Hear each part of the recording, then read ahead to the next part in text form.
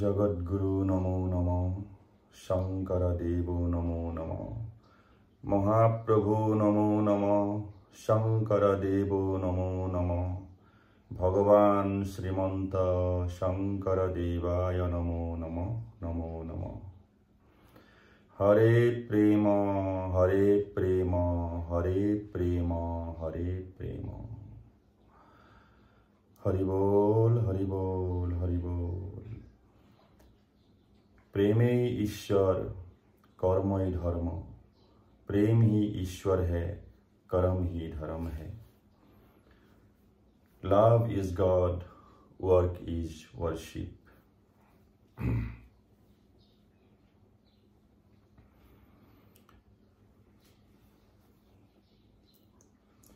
আজি এটা ভিডিও বনাবলৈ ওলাইছো। মানুহৰ যে ৰোগ হয় এই ৰোগৰ মনুষ্য দেহাত যি ৰোগ উৎপন্ন হয় এই ৰোগৰ কাৰণনো কি কি কাৰণেনো মানুহ ৰোগী হ'বলগীয়া হয়। যিহেতু কলি যুগত 100 বছৰ আয়ুস আছে, গতিকে এই 100 বছৰৰ আয়ুস নাপাই পেলাই মানুহে 50-60 বছৰ বয়সত কিয় এই ইহলীলা সম্বৰণ কৰিবলগীয়া হয়, ইয়াৰ কাৰণনো কি? মূল কথা হ'ল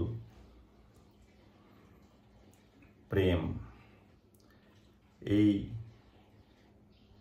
ধৰ্মৰ যি লক্ষণ আছে সেই লক্ষণবিলাকৰ ভিতৰত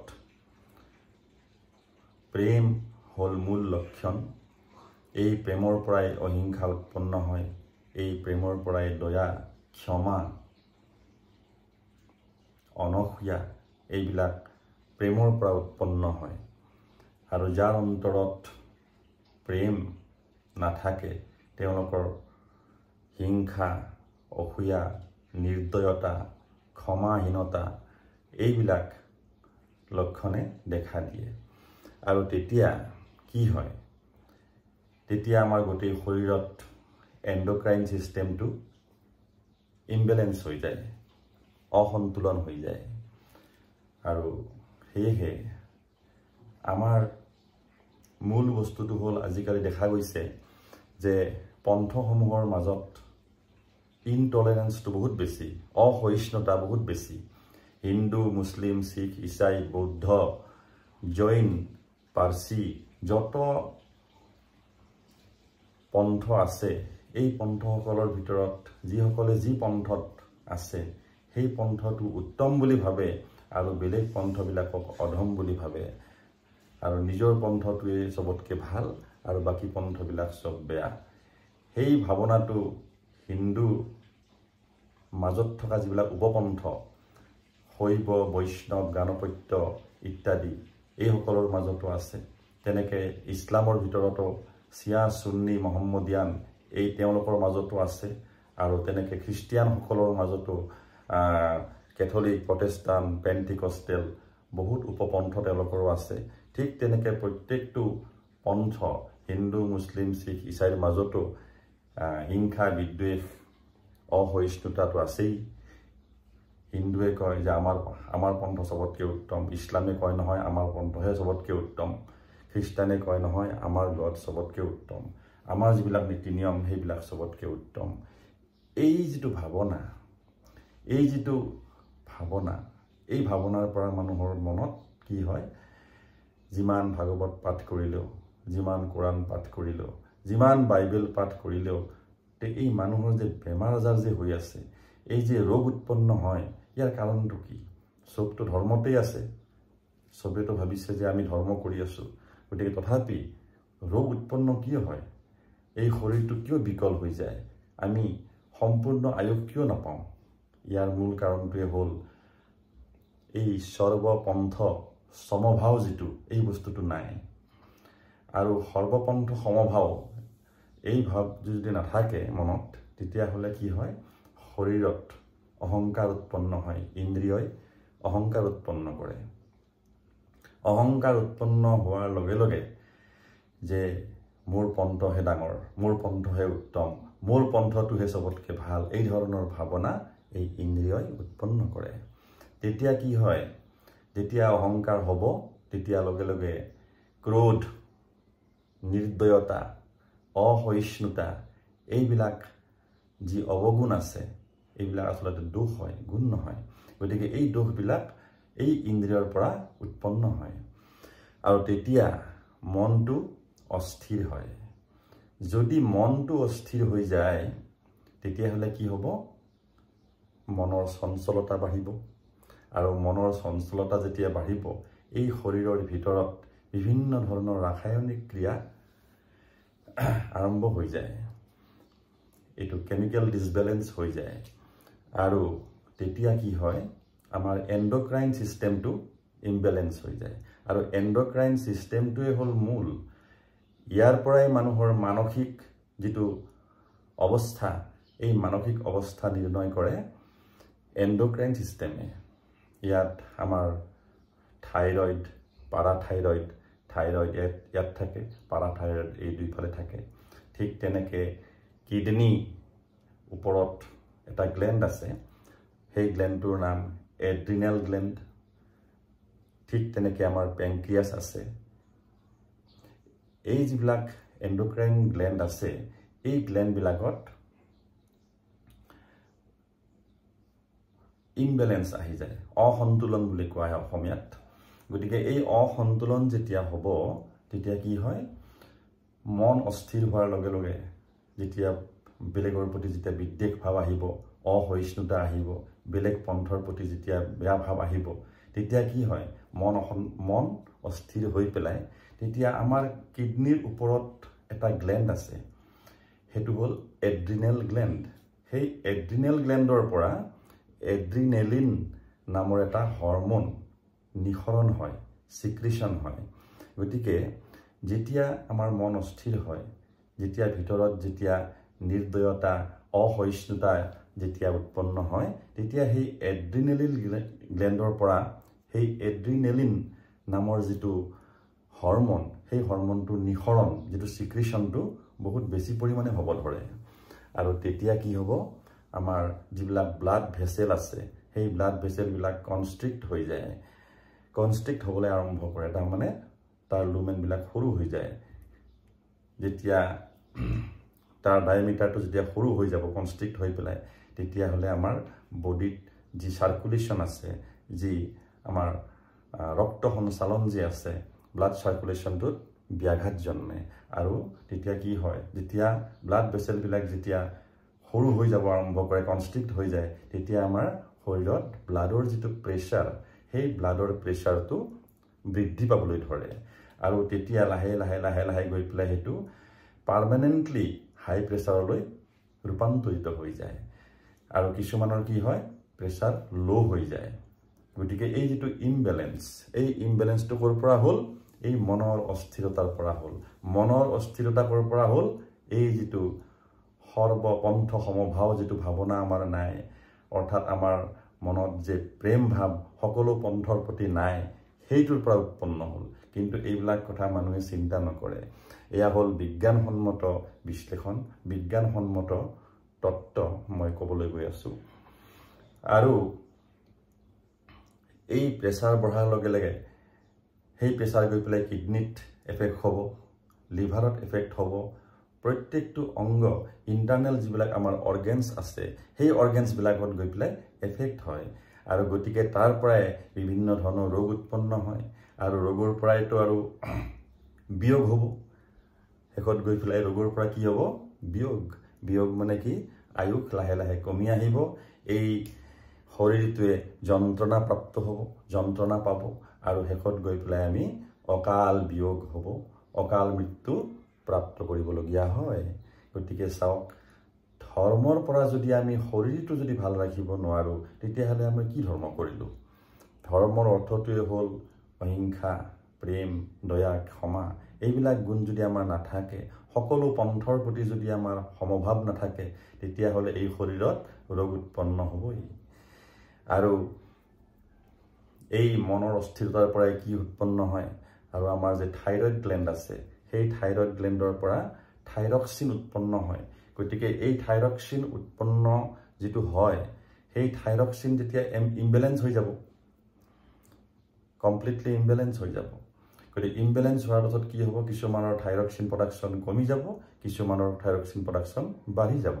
যদি বাঢ়ি যায় সেইটোক কি বুলি কয়, হাইপাৰ থাইৰয়ডিজিম, আৰু যদি কমি গ'ল তেতিয়াহ'লে হাইপোথাইৰয়ডিজিম। আমি দেখোঁ যে যিবিলাকৰ থাইৰয়ডিজিম যেতিয়া হয়, যেতিয়া থাইৰয়ডৰ বেমাৰ হয়, থাইৰয়ড ৰোগ হ'লে কি হয়, তেতিয়া গোটেই শৰীৰটো বিকল হৈ যায়, নাৰ্ভাছ ছিষ্টেম বিকল হৈ যায়, মানুহ উশাহ নিশাহ ল'বলৈ কষ্ট পায়, বিভিন্ন ধৰণৰ তেওঁৰ কষ্ট পাবলগীয়া হয়। গতিকে চাওক, সদায় যদি আমি পাঠ কৰি আছোঁ, কোৰাণ পাঠ কৰি আছোঁ, ভাগৱত পাঠ কৰি আছোঁ, গীতা পাঠ কৰি আছোঁ, সকলো ধৰ্মশাস্ত্ৰ আমি পাঠ কৰি আছোঁ যেনিবা, কিন্তু যদি এই প্ৰেম ভাৱ যদি নাথাকে, সকলো পন্থৰ প্ৰতি যদি সমভাৱ নাথাকে, তেতিয়াহ'লে এইটো ধৰ্ম নহয়। আৰু এইটোৱে প্ৰমাণ কৰে, বিজ্ঞানসন্মতভাৱে এইটোৱে প্ৰমাণ কৰে, যদি ধৰ্ম হ'লহেঁতেন তেতিয়াহ'লে শৰীৰটো ভাল থাকিলেহেঁতেন। সাক্ষাতম কিম প্ৰমাণম, এইটো প্ৰেক্টিকেল বস্তু। যিয়ে কৰিব সি ফল পাব, যি নকৰে সি ফল নাপায়। গতিকে ধৰ্ম বোলা বস্তুটো আমি শ্ৰৱণ কীৰ্তনটোৱে বুজিব নালাগে। ৰাম নাম ল'লেই, কৃষ্ণ নাম ল'লেই বৈকুণ্ঠ নাপায়, আল্লাহৰ নাম ল'লেই জন্নত নাপায়, প্ৰেইজ দ্য লৰ্ড বুলি ক'লেই বা প্ৰভু যীশুক মানিলেই তেওঁ গৈ পেলাই স্বৰ্গপ্ৰাপ্তি নকৰে, বা তেওঁৰ চেলভেশ্যন নহয়, মুক্তি নহয়।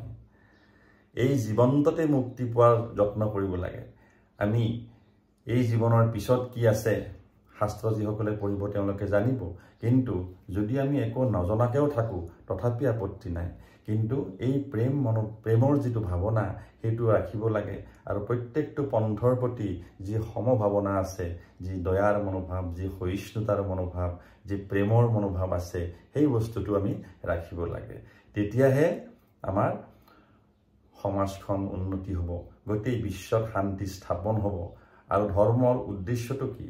ধৰ্মৰ উদ্দেশ্যটো এইটো যে কায় বাক্য মন স্থিৰ কৰা, আৰু কায় বাক্য মন স্থিৰ হ'লেহে, শুদ্ধ হ'লেহে আমাৰ শৰীৰটো শুদ্ধ হৈ থাকিব, আৰু শৰীৰটো শুদ্ধ হ'লে মন শুদ্ধ হ'ব, মন শুদ্ধ হ'লে মনটো স্থিৰ হ'ব, আৰু মন যদি স্থিৰ হয়, সকলোৰে প্ৰতি প্ৰেম ভাৱ থাকিলে তেতিয়া শৰীৰটো ৰোগমুক্ত হৈ থাকিব। গতিকে চাওক, এই পন্থবিলাকৰ কাৰণে আজি কিমান হাজাৰ হাজাৰ পন্থ আছে আমি নাজানো, কিন্তু এই পন্থবিলাকত থাকিও মানুহবিলাক লাহে লাহে ৰোগী হৈ গৈ আছে। কিন্তু আগত মহাপুৰুষ শ্ৰীমন্ত শংকৰদেৱ আজি 500-550 বছৰ আগৰ, তেওঁ 120 বছৰ আয়ুস পাইছিলে। মহাপুৰুষ তুলসীদাস যিয়ে ৰামচৰিত মানস লিখিছিলে, তেওঁ 126 বছৰ আয়ুস পাইছিলে। আৰু ৰাম, ভগৱান শ্ৰীৰাম, তেওঁ ৰজা হৈ আছিল, আৰু তেওঁ 100 বছৰৰ ওপৰত আয়ুস পাইছে। ভগৱান শ্ৰীকৃষ্ণ, তেওঁ দ্বাৰকা ৰজা আছিলে, তেখেতেও 100 বছৰৰ ওপৰত পাইছে। ঠিক তেনেকৈ শিৱ, দুৰ্গা, পাৰ্বতী, এই সকলোবিলাক, আৰু বেলেগ বেলেগ পন্থটো যিসকলে এই প্ৰেম অন্তৰত জাগৃত কৰিব পাৰে, যে প্ৰেমেৰে সিক্ত হৈ থাকিব পাৰে, তেতিয়া তেওঁ পূৰ্ণ আয়ুস পায়। আৰু এয়ে হ'ল প্ৰমাণ।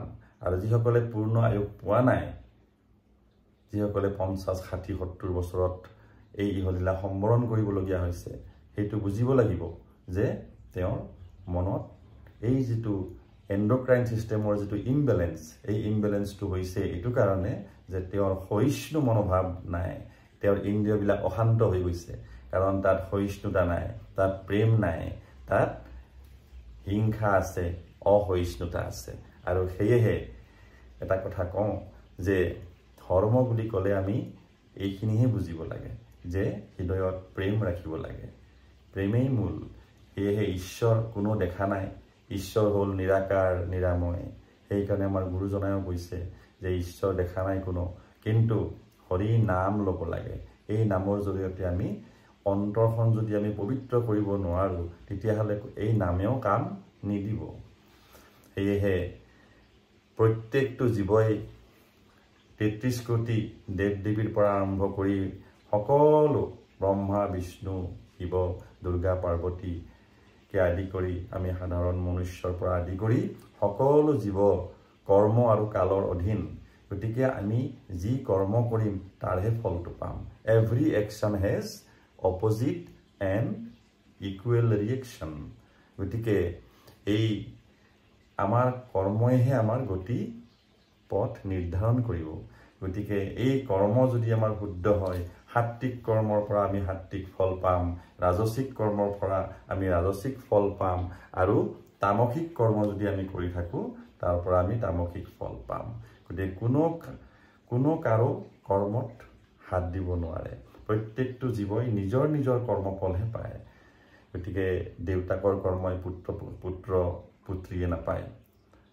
ঘৈণীয়েকৰ কৰ্ম ফল গিৰিয়েকে নাপায় গতিকে প্ৰত্যেকেই নিজৰ নিজৰ কৰ্মফলটোৱে ভোগ কৰিব পাৰিব আৰু জন্ম জন্মান্তৰৰ পৰা সকলোৱে কি জনিত প্ৰৱেশ কৰি পেলাই আমি আহি আছো আমি নিজে নাজানো কিন্তু চিন্তন মনন কৰিলে ধ্যান ধাৰণাৰ পৰা আমি কিছুমান কথা আমি গম পাওঁ সেয়েহে আমি সদায় মূল বস্তুটো ধৰ্মৰ মূল বস্তু বুজিব লাগে যে প্ৰেমেই ঈশ্বৰ আৰু কৰ্মই ধৰ্ম এই প্ৰেমৰ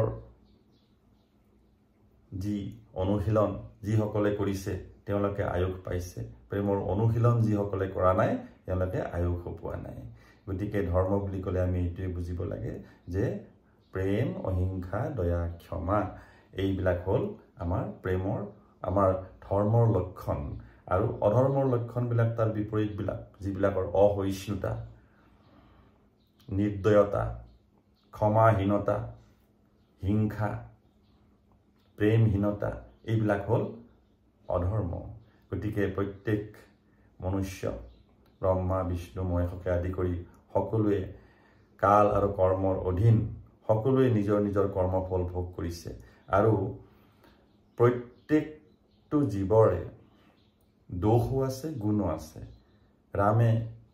ৰামৰ গুণো আছে দোষো আছে কৃষ্ণৰ দোষো আছে গুণো আছে হযৰত মহম্মদ শংকৰদেৱ মাধৱদেৱ তুলসী চৈতন্যদেৱ ৰামকৃষ্ণ পৰমহংস বিবেকানন্দ যত আছে এইসকল মহাপুৰুষৰ শাৰীত পৰে কিন্তু তেওঁলোকৰো দোষো আছিলে গুণো আছিলে আৰু যেতিয়া গুণ বেছি হৈ যায় তেতিয়া এইটো সাত্বিক